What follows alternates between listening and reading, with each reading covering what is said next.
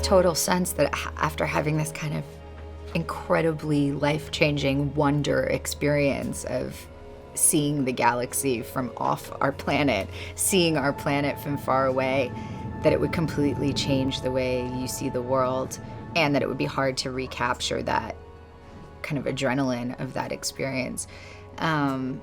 And I think that that's relatable, even though none of us have ever been to space, of just having some experience that gives you that rush, whether it's, you know, an emotional experience or, just something new, exciting, and then having to go back to the, like, doing your laundry or whatever.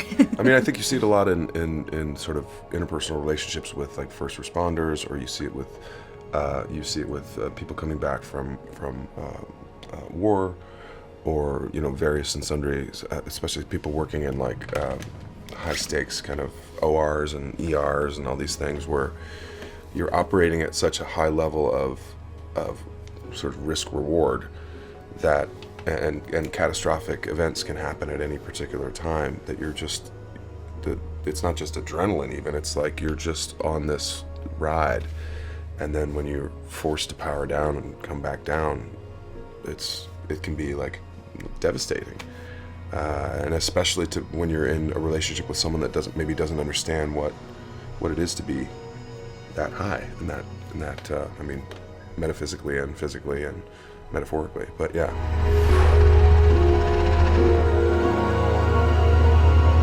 I was very lucky I started so young, and my first things felt like failures at the time.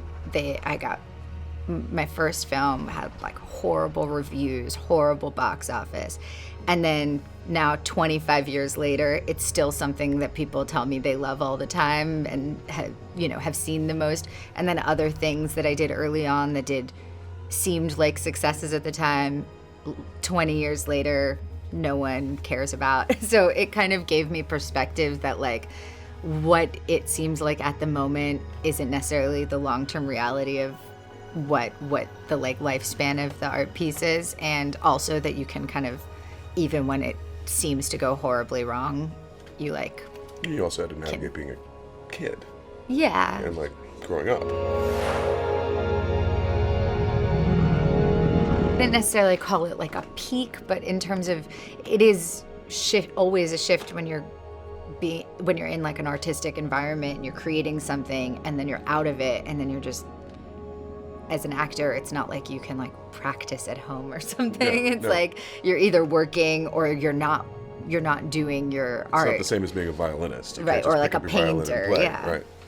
So yeah, when you come home from work, it's like a whole adjustment of how you have your, like, mode of expression or whatever. It's, of course, different than this, but there's some thread. There's similarities. There's definitely similarities. There's a difficulty of understanding this particularity of the experience. I don't know, the longest you've been on a movie, months? Yeah, a few months. Yeah, so, like, I'm sure with your show, I was 6 months on and 6 months off, basically. So you would kind of come off this amusement park ride and have to go.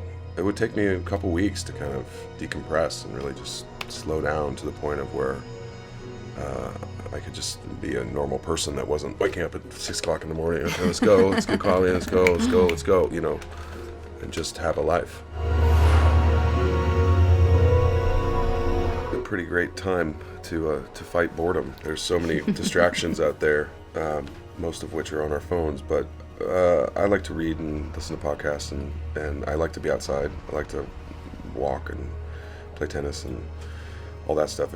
You got to work to be bored in LA. There's a lot of stimuli, stimulies, stimulosis, stem cells is what I meant to say. There's a lot of stem cells. So no, I consume entertainment because I'm in the entertainment industry and I really like it. And there's a lot of it out there. Like doing something new every day, even if it's like walking in a new neighborhood or going to a new gallery that I haven't been to, or I don't know. It's wild how, like, sometimes even around the block you're like, oh, I've never walked on this strip of neighborhood.